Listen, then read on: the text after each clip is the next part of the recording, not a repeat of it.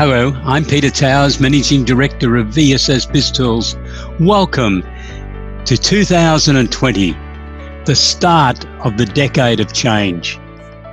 And what an interesting period this is going to be for everyone in business, but in particular for accountants. Because this is your period of time where you can make yourself far more involved on the day-to-day activities with your clients, not just on taxation matters. The CEO of Xero expects that by the end of this decade, 80% of the work that accountants currently performed will have been taken over by technology, artificial intelligence, or software will have undertaken those tasks. That's a daunting sort of expectation, isn't it? But there is a very bright future also available for those of you who adopt to supplying a broader range of professional services to your clients.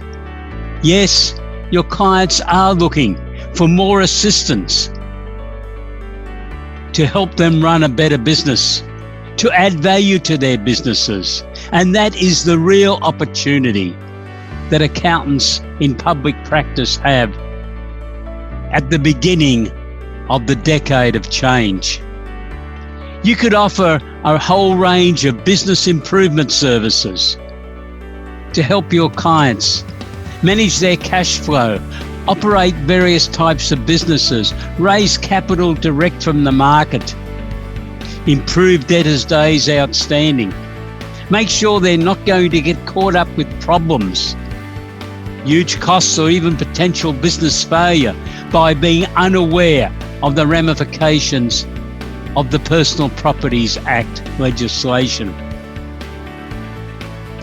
VSS BIZTOOLS has been producing material to assist accountants to offer a broader range of professional services for the last 20 years. We would welcome you to join us so that we can assist you to offer these services to your clients. There's been a lot of problems over the last couple of months around Australia, from droughts, fires, floods, earthquakes, and now the coronavirus. A lot of small and medium-sized enterprises have suffered losses, both physical and in actual business transactions.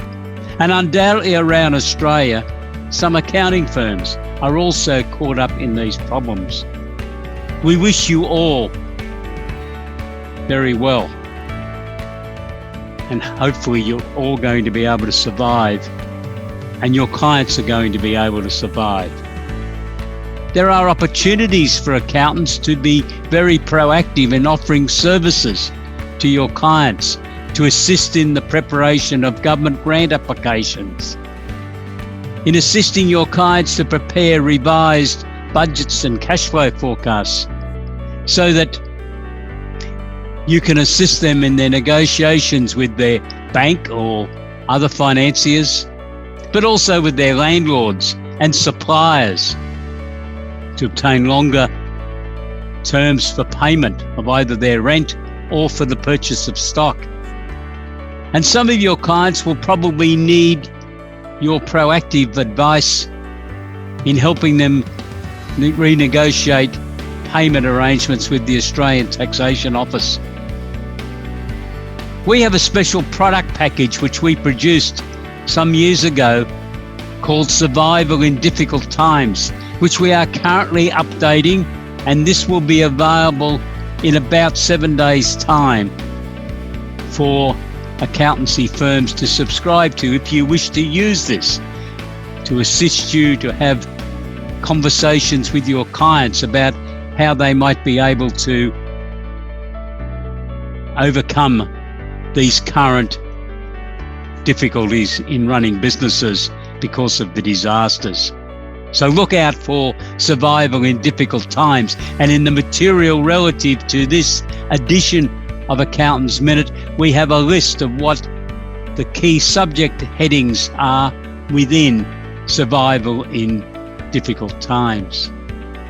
But there's been some great news for 68 companies all around Australia who have been able to raise a total of $45.1 million by utilising crowdsourced funding equity raising since that program commenced 2 years ago. Yes, it's 2 years since the first intermediaries were appointed. And whilst it took a little bit longer to get started with the first companies actually raising capital, the system has now been in operations for 2 years. You might recall that for the first 10 months, you had to be an unlisted public company to utilise crowdsourced funding equity raising, and that didn't prove very popular with the marketplace. But from October 2018, private companies have been able to utilise this opportunity to reorganise their finances within their business. How many of those 68 companies originated from your clients?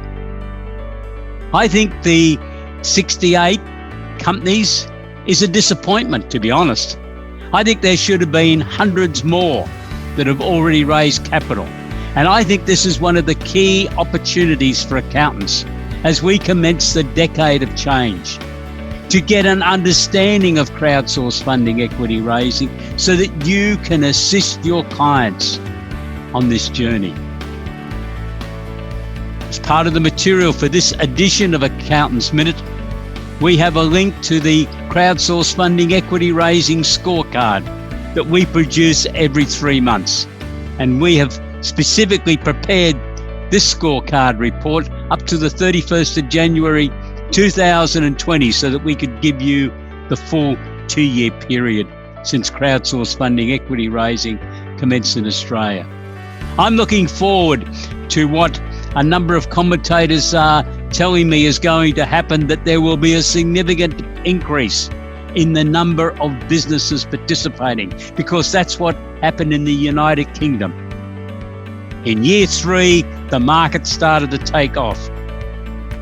There is not going to be enough work in crowdsourced funding equity raising and the associated business plans, budgets, cash flow forecasts, corporate governance overviews, determination of vision for the companies, etc., for every one of the 10,000 accounting firms in Australia to be able to earn fees from those services. But there is definitely going to be work for a significant number of accounting firms who wish to grasp this opportunity. Why don't you go onto our website, www.essbiztools/crowdsourced funding equity raising, learn more and get an appreciation of what's involved, and then become involved in this task. And I also want to mention to you today, as we finish, the early stage innovation companies. This legislation was the other component of the innovation package that the then Prime Minister Malcolm Turnbull announced in December 2015. And there has been very good support for early stage innovation company capital raisings, I'm told, by some of the intermediaries who also offer those services, but they don't publish it as well as the crowdsourced funding equity raising. Early stage innovation companies is there for a company that has produced a new product, process, service, organisational or management methodology. The company has to be under 3 years of age and has to have income under $200,000 in the last 12 months and expenditure under $1 million in the last 12 months. The real benefit is the company is able to raise capital from motivated investors, because the investors are entitled to some tax breaks. that the government deliberately included in the legislation to encourage investors to look at smart, young Australian companies. The investor will receive a 20% tax offset based on the value of their investment, up to a maximum rebate of $200,000 for a sophisticated investor and $10,000 for a retail investor. Want to know more? Why not go to our website, www.essbiztools.com.au/early stage innovation company. Learn more. Thank you for joining me on this first video for 2020. I take this opportunity of wishing you and your colleagues in your firm every success during this year. If you have any questions on any part of the services or products that are produced by ESS BizTools, please don't hesitate to contact us. Send me an email, please, peter@essbiztools.com.au. Have a great day. Goodbye.